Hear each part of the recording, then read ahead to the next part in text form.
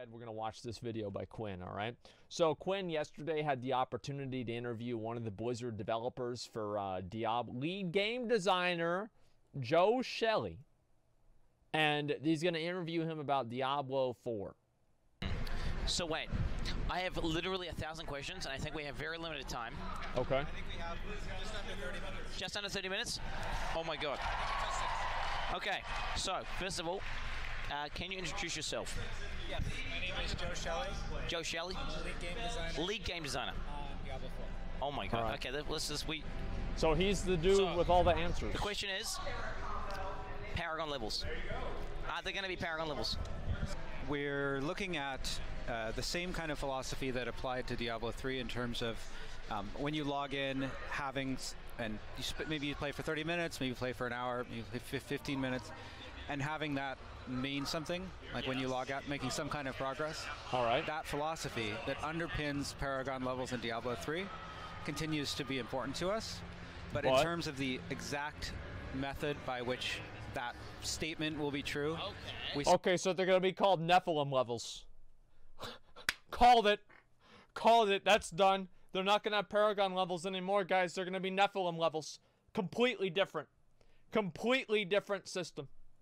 Still have work to do. We're not going to do exactly the same thing we did in Diablo 3, but we're going to do something that fulfills that same goal. So wait, you're the lead game designer on... Here's an idea on how to fulfill that same goal.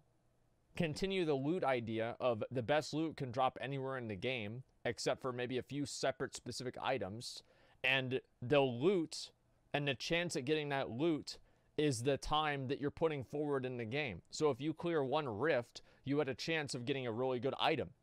Because that's the way the game is supposed to work. That's the way the game has worked the entire time.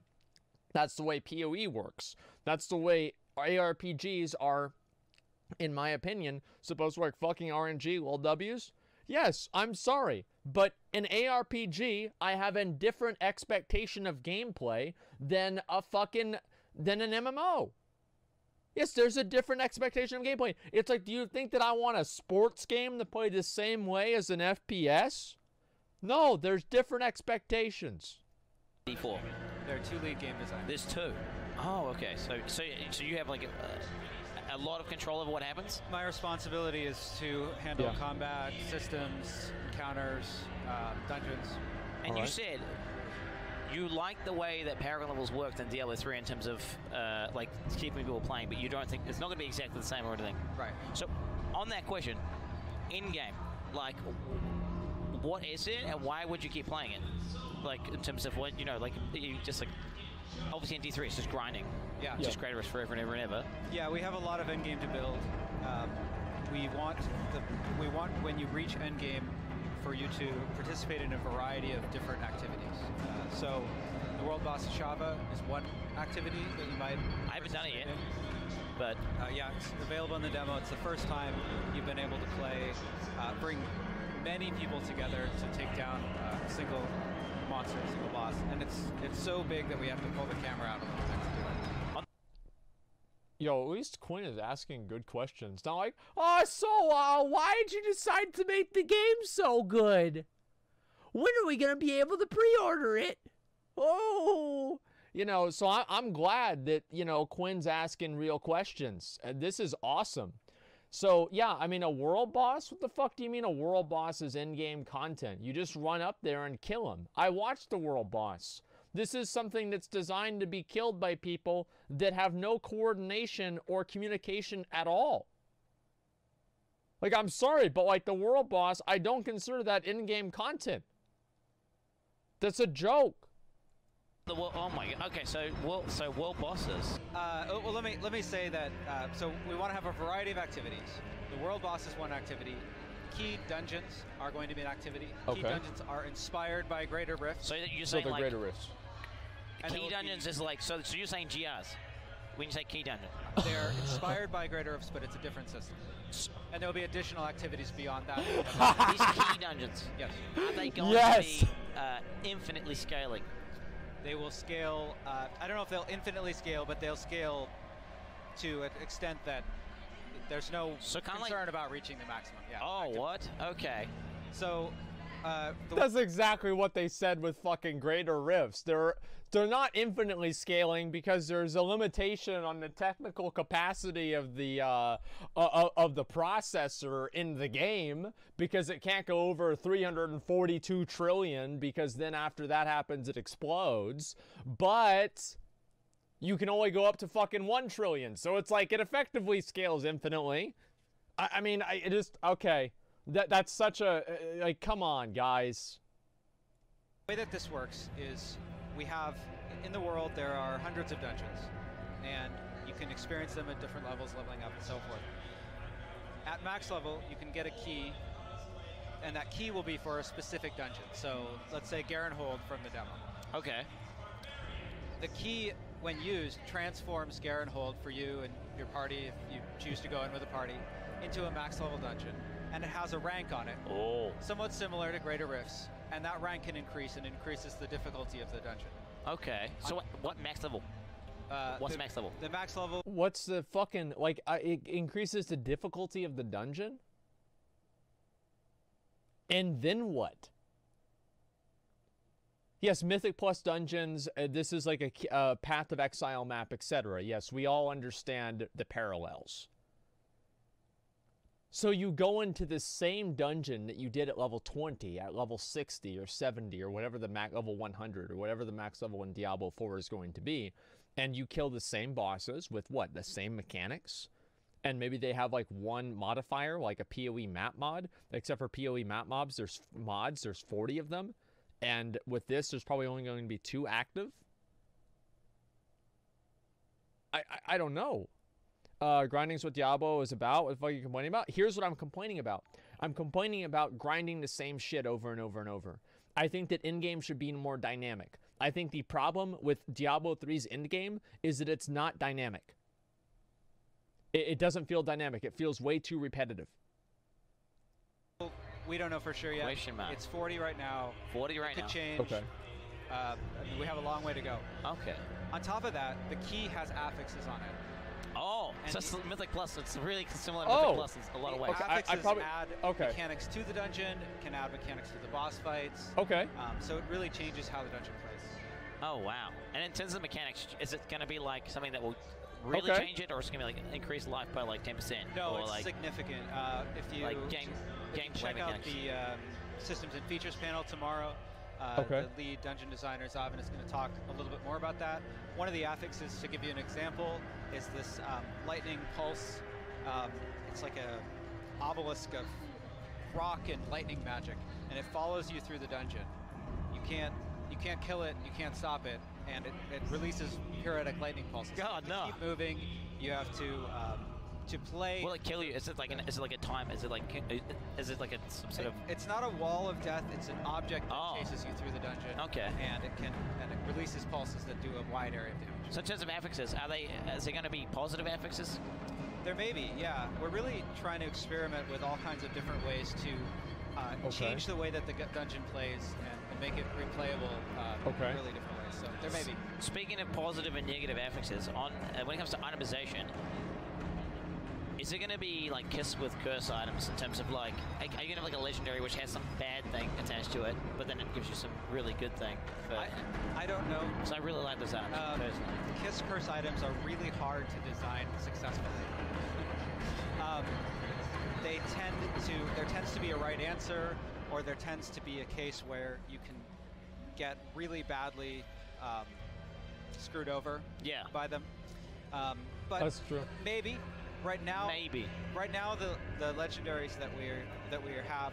I feel like they had that kind of to a degree in Diablo 3. I remember, I don't know, was it Andario's Visage that didn't have any stamina on it or any vitality on it? I forgot what the helmet was, but there are a number of items that didn't really have a lot of vitality. And I think like you can look at minus fire. Yeah, it was something like that.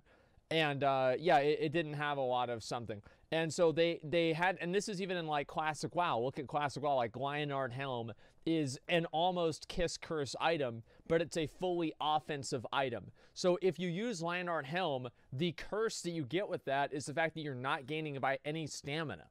So I think that they can do Kiss Curse items without explicitly having it be a negative affix that's associated with the piece of gear. And I think they can do that by just not giving that item as many defensive stats. PoE does that well? Yeah, to some degree, yeah. We're ready to talk about are things that modify existing skills. So, for example, your sorceress has a teleport, and then you can get a legendary that, say, removes the cooldown on teleport. You get another legendary that, say, allows it to do a Nova area when you teleport. So you can combine those to change the way teleport works. I see. So that was literally in D3. Like that exact same thing was in D3. Right? You'd have like, what was that, Wand of Woe, and like what was the thing that made teleport infinite? I don't remember. Like, yeah, that was and like teleport, like there was a glyph that you'd use to teleport, and whenever you teleport to your location, you deal arcane damage. Like I don't know. I feel like that was already Enigma. Yeah, it was already in Geom. Yeah. It was. This was already in the game.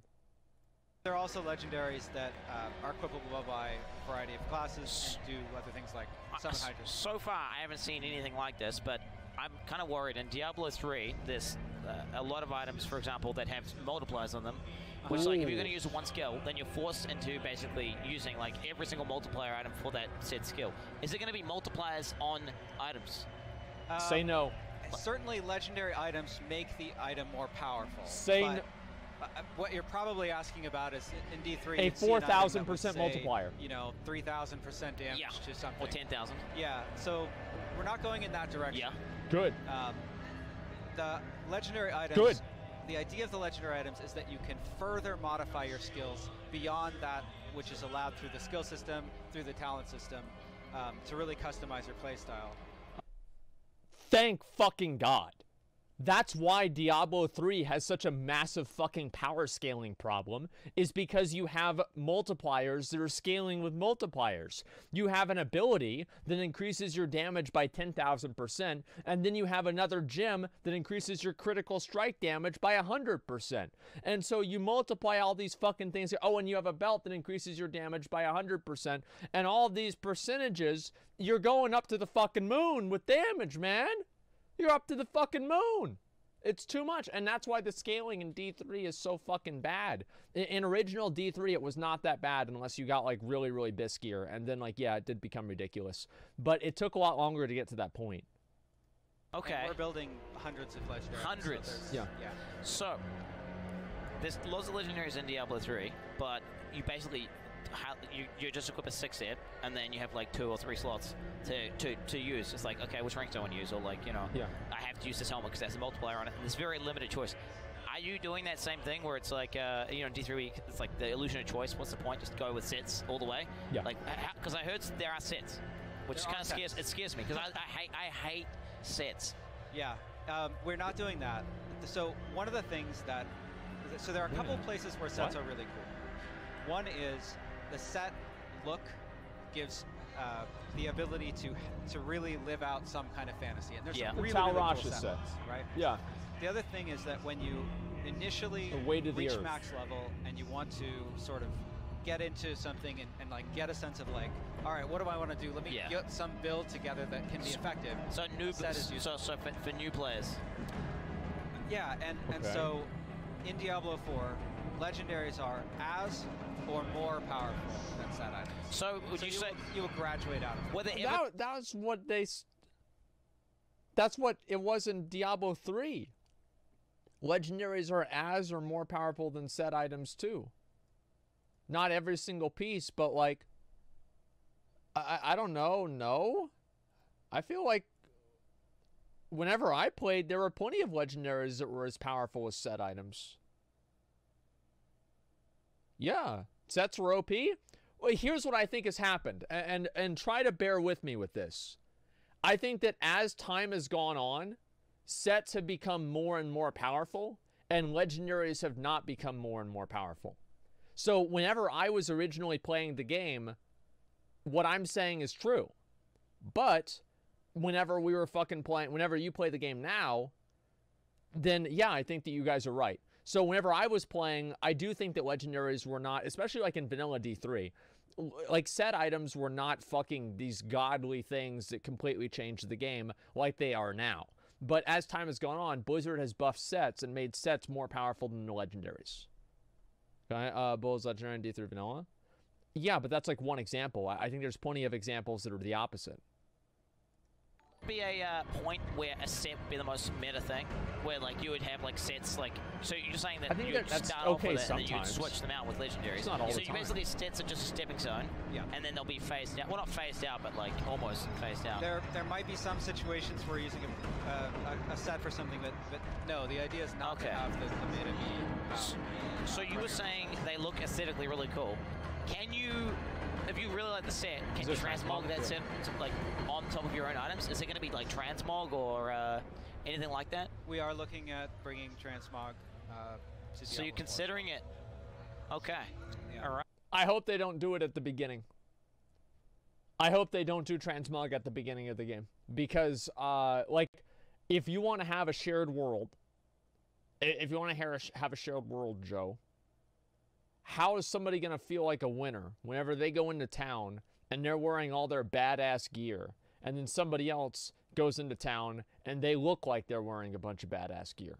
It devalues the badassness of looking like you have badass gear whenever everybody that has badass gear doesn't necessarily have badass gear. So in-game transmog only? Yeah, I don't know. I feel like transmog, it does, like, there's a visual progression. Well, no, there's a visual progression in characters. And in WoW, for example, if you saw somebody in town in classic WoW with full tier 2, you knew they were really well geared and they were badasses. But as time has gone on, that's gone away with transmog because now everybody has the ability to look really cool in the game. So if Blizzard wants to do this with Diablo 4, I hope they don't have it in on release. And they just see how players adapt and what players, you know, place value in like the social systems of the game. And then maybe they can add transmog later on if it doesn't seem to be an issue. All right. Okay, we have a million questions. SSF. This is a really fun. You could just say no. Okay. If it's like this, like not happening, or maybe, or like, you know, just Okay. SSF. Solo self-found. So, So yes. like part of XL, I mean, people like Leviathan and a bunch of other people do it in Diablo 3, where you just don't play with anyone else. You can choose to play that way if you want. We're not going to officially support it in like a game So mode or something. like no sort of game mode where you can select that. Okay. I don't think so. Okay. That's pretty big. So there's no solo self-found.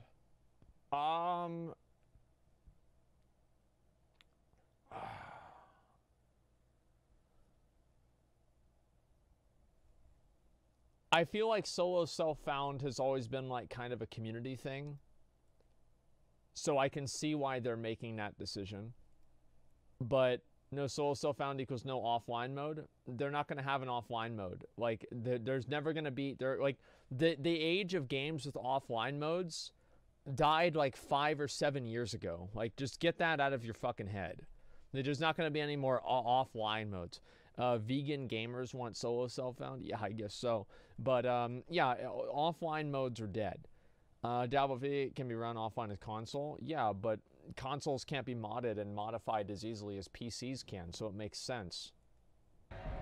So, ladders and things in competitive systems, is there going to be a, like, any sort of, like, you said with keystones, like, for example, is there going to be, like, a leaderboard in game that we can access to see who has the highest, like, you know, keystone clear, or... Yeah, we like leaderboards when they're meaningful to... Yeah?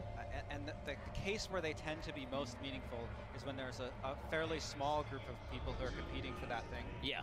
We find if you look at Diablo 3 leaderboards, Yeah. There are, you know, 100 or maybe 500 people who care about Yeah, that. that's me. And Like there's- 10 there's at the top end, bro. Like, sure, and there are people who are 40,000, yeah. and the leaderboard isn't super useful to them. Yeah. So the way that we, to the extent, we're still figuring it out, but the way that we want to approach leaderboards is to focus on specific aspects where they can be really meaningful, and less on like who's the PvP? top ever person out of, you know, Yeah, a million yeah. people.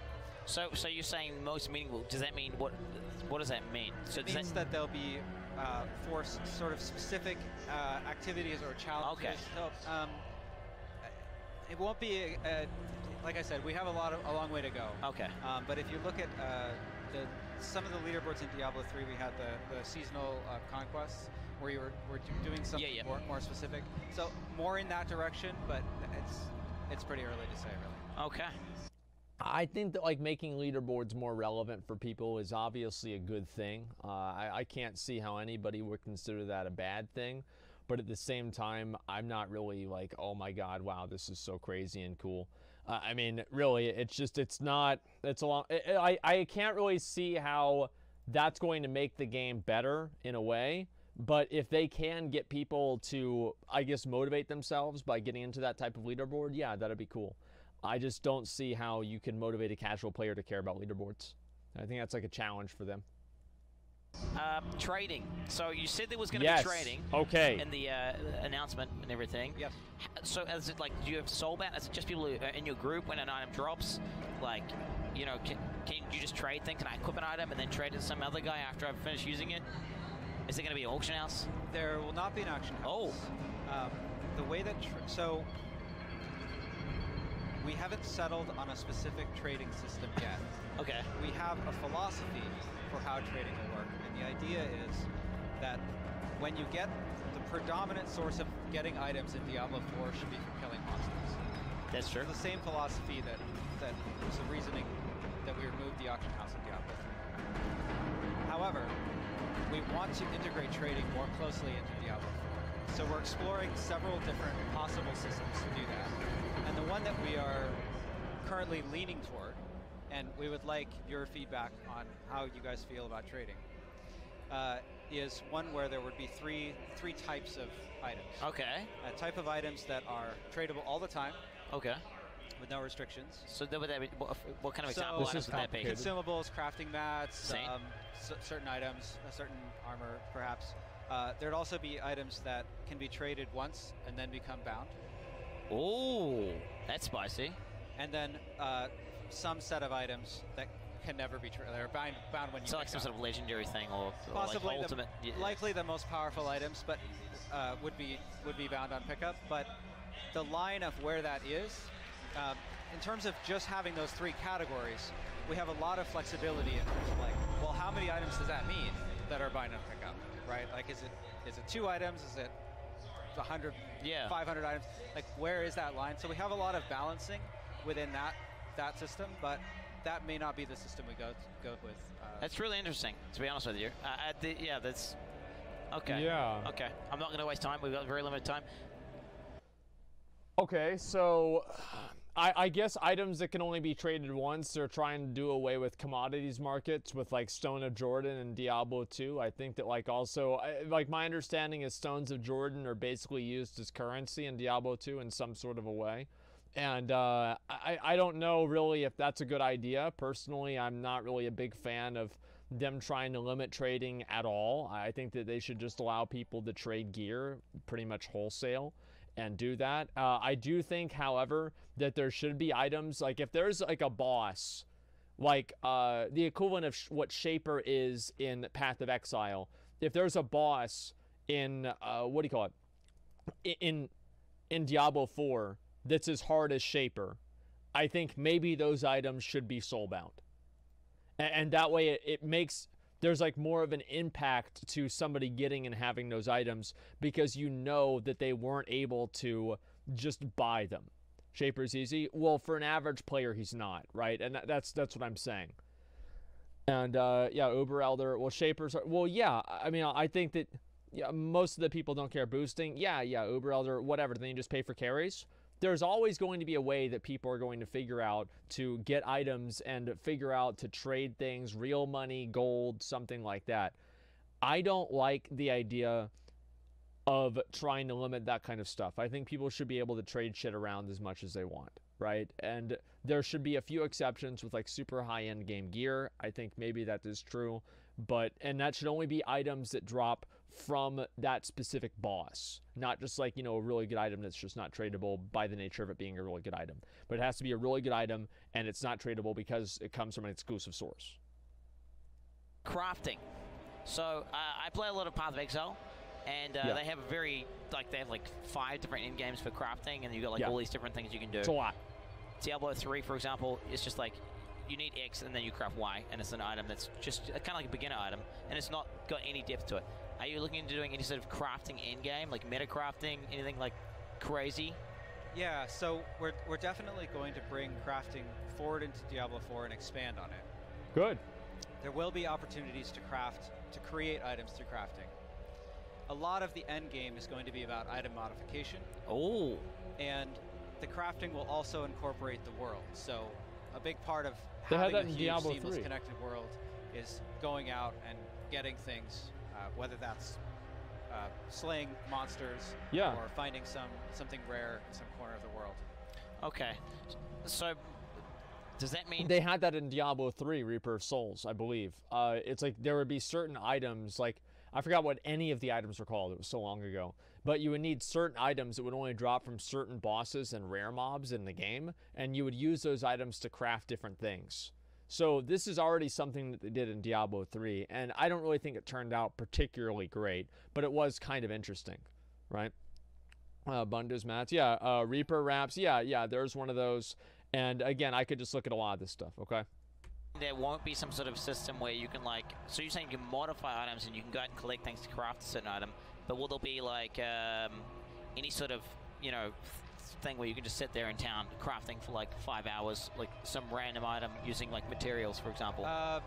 If you collected a lot of materials, you could craft all those materials into something. And then sell it, and then get more materials, and just do like, you know, almost. I don't. Right, you're asking if like if crafting could be an in-game player. Yeah, you could be like a craft, because people do that. Like literally just play crafting and that's it, and then that's what they do. I think Diablo's more about slaying monsters. Fair enough. Okay. So I can respect that. There's certainly an element of crafting, but I don't think you would be like, I am a crafter and that's my role. So this is kind of like, from what I've seen, it's almost borderline MMO, right? Well, online. Yeah, yeah, that's a good question I have too. Is it going to be seasons? Is it going to be like leagues? Or there will be seasons, and we're going to have a lot more details to share about how those work in the future. And I think crafting, like as an end game, might be a little bit much. And I don't know if there's really ever going to be a game that's not like a long form MMO where crafting is going to play such a large part. So yeah, I mean, I can't really say. But yeah, we'll watch the Riker Q&A after this. But first things first, I want to take a look and look at this right now, okay? So yeah, PoE. PoE is like, well, I think like PoE is much more long form than Diablo, right? I mean, I guess like it's not really by the nature of it being an MMO, but it's like it's a game with like a superly like massively like high depth system. And Path of Exile has that. And Diablo not having like a super like in-depth crafting system, for some players that's disappointing, and for some players it's not. So I can't really say what the timing of them are, but yes. Okay. Question. Another. Oh, yo. One thing I can say about seasons is that we're So there will be seasons. We're going to modify what the most powerful items are from season to season, so that the metagame shifts. Oh, they do this. I like that. Yeah, they do this already in D3. Like, so in terms of content patching, how are you guys going to do it? Is it going to be like every 3 months you're going to patch the game with new stuff? Is it going to be like legendaries getting pumped into the system to really mess up the meta, or is it going to be more about balancing? Or yeah, so the that'd be awesome. The system that I talked about, where we adjust where we add mechanics to adjust the metagame from season to season, we'll handle part of that, but we're also going to be releasing content, especially through expansions. Expansions? Oh wow, that's huge. Okay. A question that everyone's been asking and spamming me. Expansions. I mean,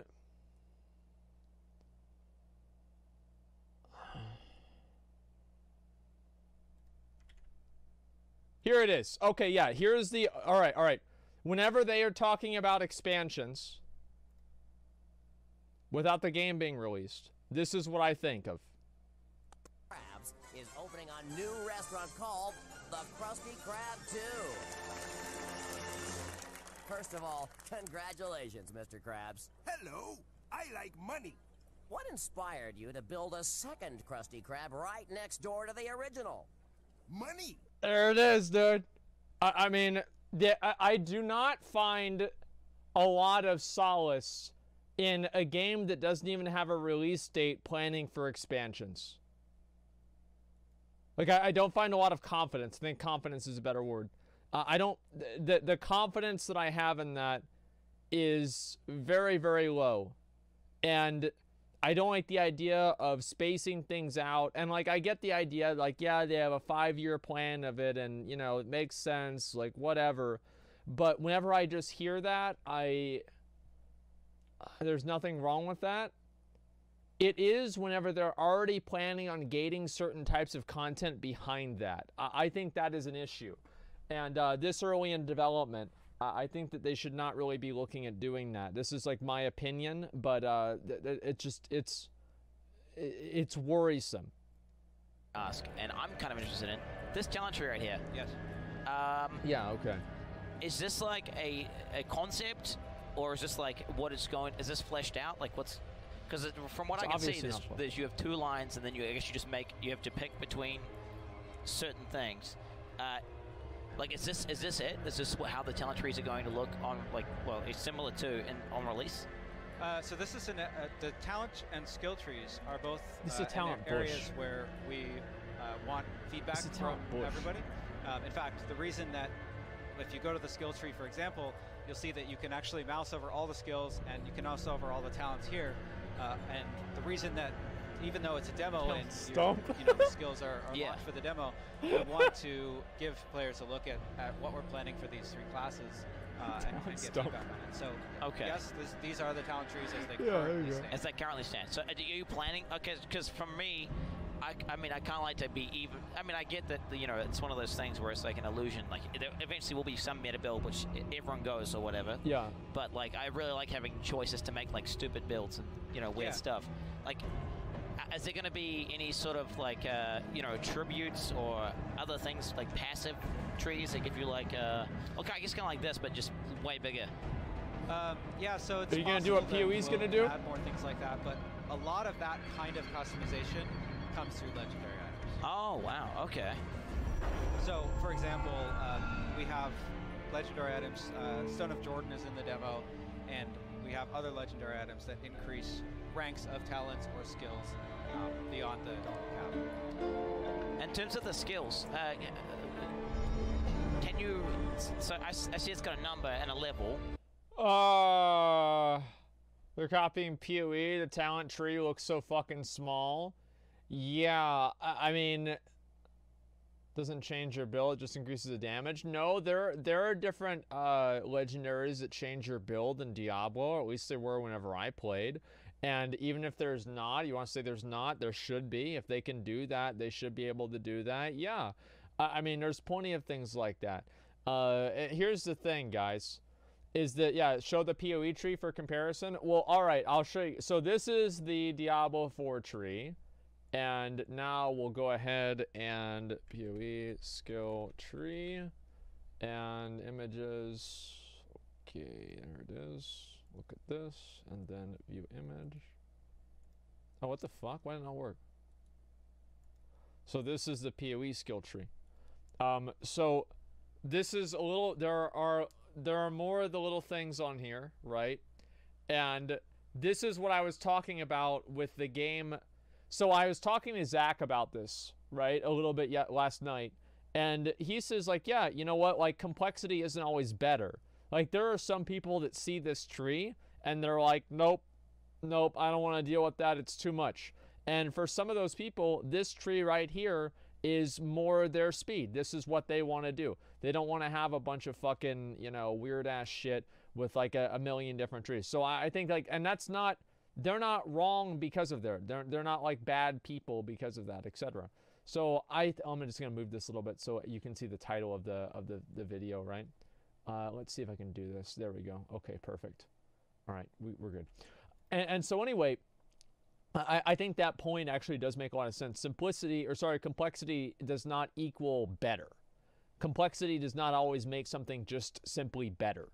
But I do think that Path of Exile's skill tree is this is more compelling and interesting to me, right? Because like Path of Exile has the same stuff. I'll go ahead and I'll go back to the modification of the skill done via items. Okay. It's done via items. Yeah. So the skills, when you level up, you acquire skill points, and you can use your skill points to unlock or increase the rank of skills, and that makes the skill more powerful and can add properties to it. You cannot respec skills, but you can acquire additional skill tomes through doing various activities in the game to give you more skill points, so that you can build out that skill tree and make the skills more and more powerful. Okay. This is gonna be a big one. Monetization. Is there any just sort of decision made in terms of how? So is it gonna be like you just buy the game and then that's it, or are you is it gonna be microtransactions within the game, or are you doing like give us the real shit, Joe? How Let are you us planning know to monetize it and like keep getting funding, I guess, to like keep making heaps of content? So Diablo 4 will be available as a base game, and as I said, we're going to have expansions. You also will be able to acquire cosmetics in the game through. So MTX. Oh wow. That's going to be through some sort of shop, or can? It's very early. Oh wow. So, Okay. But yes. Oh, okay. Okay, really it's a shop. I mean, to be honest, I really do like the whole MTX monetization scheme, because I don't know. I feel like if they make, if it's really successful, it's making lots of money, then they're going to keep making stuff for the game. It's not going to die. Well, it's also an opportunity to have more options available than you would otherwise. I mean, build more stuff, of course. Oh, come on. That's I actually agree with. No, Quinn is not shilling. Shut the fuck up. How the hell do you think they're gonna work? Like, do you know how much they pay those fucking devs over at Blizzard? They pay them slave wages because, like, well, you should be lucky to work here. Blizzard is a great company, so you gotta work for less money. You know, fuck that, man. Like, I'm completely okay with Path of Exile selling a little bit of skins. I just wish a few of the in-game items were a little bit cooler looking, right? It's got to be a give and take. Like, but Path of Exile is also free. It's also fucking free. The only thing that I don't like is randomized items. I am okay. Like, do you know how much money I've spent on Path of Exile? Look, I'll show you. Just a minute.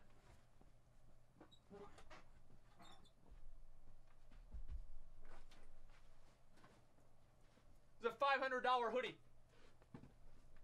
I don't know what I was thinking that day. A $500 hoodie. I bought the fucking supporter, whatever the fuck it was, package. This is my $500 Path of Exile hoodie. I'll put it on. It's actually really comfortable. And, yeah, Asmon the whale. No, you're right. It is the whale. They're like, oh, you could get extra points or whatever. I've spent, yeah, it was literally $500. Probably the biggest purchase I've ever made. For anything that's not basically buying subs for my own fucking channel. So, yeah, I did that scam. I don't give a fuck, man. Like, I wanted to support the game. I had $22 in my bank account, and I spent 15 of it donating to Path of Exile so I could keep playing the beta after the open beta ended back in 2012.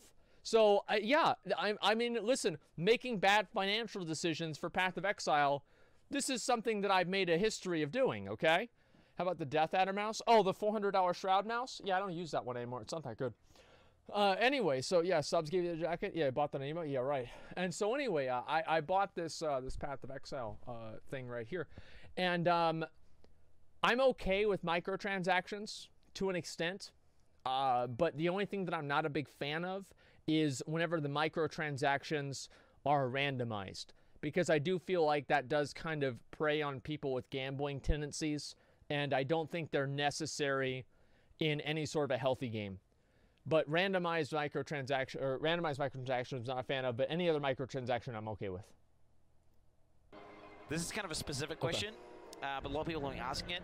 Hideouts. So I don't know if you know what a hideout is in PoE, for example, or like it's like a I love how he keeps sort of referencing thing PoE. Like go there and then you can do various things and invite your mates over, do whatever, yeah. craft stuff. Any plans for instant play housing hideouts? That's an interesting idea. We don't have anything to announce on that. All right. Oh, you've got another page. I got another page. This page. I have infinite pages of questions, bro. Don't worry. Don't worry. I'm gonna pick my favorite questions. Okay. Okay, add-ons. Like DPS meters, for example. add-ons. Like, you know, like UI add-ons that where you can like basically modify That's a great UI. question. Well, like, you know, for example, have like That is a great DPS question. meter to check like your death logs, so you know how you died, for example. It's important to us that you know how you died, of course. I think what often happens in games with DPS meters is you end up feeling bad about how you did. Yeah, I know. Because you didn't. Or you like, feel good because you're the top. sometimes. Yeah. We don't have anything to announce on that specifically. I think our goal would be to put everything that you need to play the game into the base game itself. Okay. And what about customization of your interface? Like, another question, very good one. So the keybinds in the game that I had, I guess it's gone to sleep, whatever. Like, how many skill bars? Is that the skill bars locked in? Can we like? Okay. Damage meters. What he is saying actually does make sense. I know this might be upsetting because, you know, you're hearing something that's not, you know, what you're used to. But what he's saying actually does make sense. He's saying that if there are damage meters in the game, the meta basically evolves around being able to top those damage meters. And if you're not doing that, then you're fucking useless. That actually is true. Regardless of, you know, if you think that's the way the game is working or not, that actually is true. That being said, I still want damage meters. I want damage meters. It's the same as like in PoE. I don't like how I can't see the numbers in the game. I understand it's like a creative decision and, you know, like the game is what it is, but I don't like that. I like having more information. And this is coming from somebody like, you know, that plays WoW, and there's like a million different tools that you can look at to see, you know, everything about everything. So, yeah, I want to see numbers. I love seeing numbers. That's what matters. And if you don't have numbers, you have basically pseudo numbers. So it's like how much, like you have, like PoE, they have like simulators that show you how much damage you're doing. People still get to the numbers anyway. It's just they have to do it through a more contrived and separated and disconnected way. So it still happens, but it's harder to get to. Modify the building, keybinds. yeah. Can we like change the left click to force move, for example? That's one really big thing, which is not in D3, and it's really. Yes, you can modify your keybinds, and so Diablo 3 had elective mode, which was available through a checkbox in the UI. For like new players. But in Diablo 4, we're building it from the ground up with the idea that you can modify your skills to. It's part of creating the character and the build that you want. Absolutely brilliant. Absolutely brilliant. Cheat prevention. So in Diablo 3, there's a lot of people using like third-party stuff that like automatically uses skills. So there's, you know, Turbo HUD, like, which is like, you know, some sort of map hack thing. Like, and they people do that with PoE with flasks. Is there going to be like more emphasis on cheat prevention in D4? Yeah, we take that very seriously, and it's a big an item of very much importance to us to make sure that the game is pure and that everyone who's playing the game has a fair experience. Okay. Wow, I was expecting him to say that we don't care about cheating at all and we just want our game to run rampant with people that are completely gaining unfair advantages over people that are playing the game ethically. Yeah, that's great, Joe, but like I want to see, like, if somebody asked you that about D3, I think your answer would be the exact same. The issue with this is that, like, in WoW, they do a pretty good job banning hackers. Like, to be fair, they do a pretty good job banning hackers. And in a lot of the other Blizzard games, like in Overwatch, I never ran into any hackers or cheaters either. Are they? Yeah, they do. They do a pretty good job banning them, all right? Like, let's be reasonable here and say Blizzard doesn't do everything wrong, all right? There are some things they do correctly. Overwatch, I don't know. I never ran into a hacker in Overwatch or anything like that. I mean, every game has this problem though. In general, not in Overwatch. I mean, as I said, I never ran into one. I didn't play the game a lot, you know, like recently, so maybe it's more common now. And Overwatch is full of cheaters. Then then I'm wrong, right? I'm not gonna. That's not a hill that I'm willing to die on. But I am going to say that WoW does a great job banning cheaters. They do. They do a very, very good job at it. Whenever you compare it to any other game, they do a very good job. And you got what is that really? Like, I guess, like, I don't know, whatever. But yeah, I think that they do now, but not in the past. Well, I'm not talking about the past. I'm not going to judge their current cheating mechanisms based off of what happened 10 years ago. Anyway, so hopefully that's true. I say we're almost out of time. I want to ask one like stupid last question. Yo, ETA, when's it coming out? All right. I mean, estimate. I mean, I know you guys said like PS4, right? Like, which is there's almost PS5 coming out. Which we that's a good announced point. that it's coming out for PC and PlayStation 4 and Xbox One. We don't have any other announcements in terms of I thought that'd be the case. Time. And if you listen to Luis at the opening ceremony, he says it's not coming soon, not even Blizzard soon. That's about as much. That's monka as ass. I can get. But that is monka ass. I will say that if you look at the world of Sanctuary, you can actually go into the game and bring up the map. It's huge. You can zoom absolutely out massive, and look at how much of the demo, how small the demo area is compared to the world that we're building, and it takes a long time to build all that. Yeah, I can imagine. I mean, it's absolutely. Like, I when I zoomed out, I kind of like freaked out. Oh, I'm inside the dungeon. That's what it is. Thank you. 2 minutes. Yeah, okay.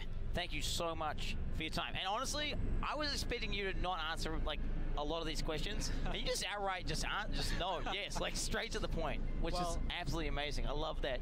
I'm glad about that too. The Blizzard is being a little more upfront, I guess, and like more straight to the point instead of being super diplomatic, you know. Well,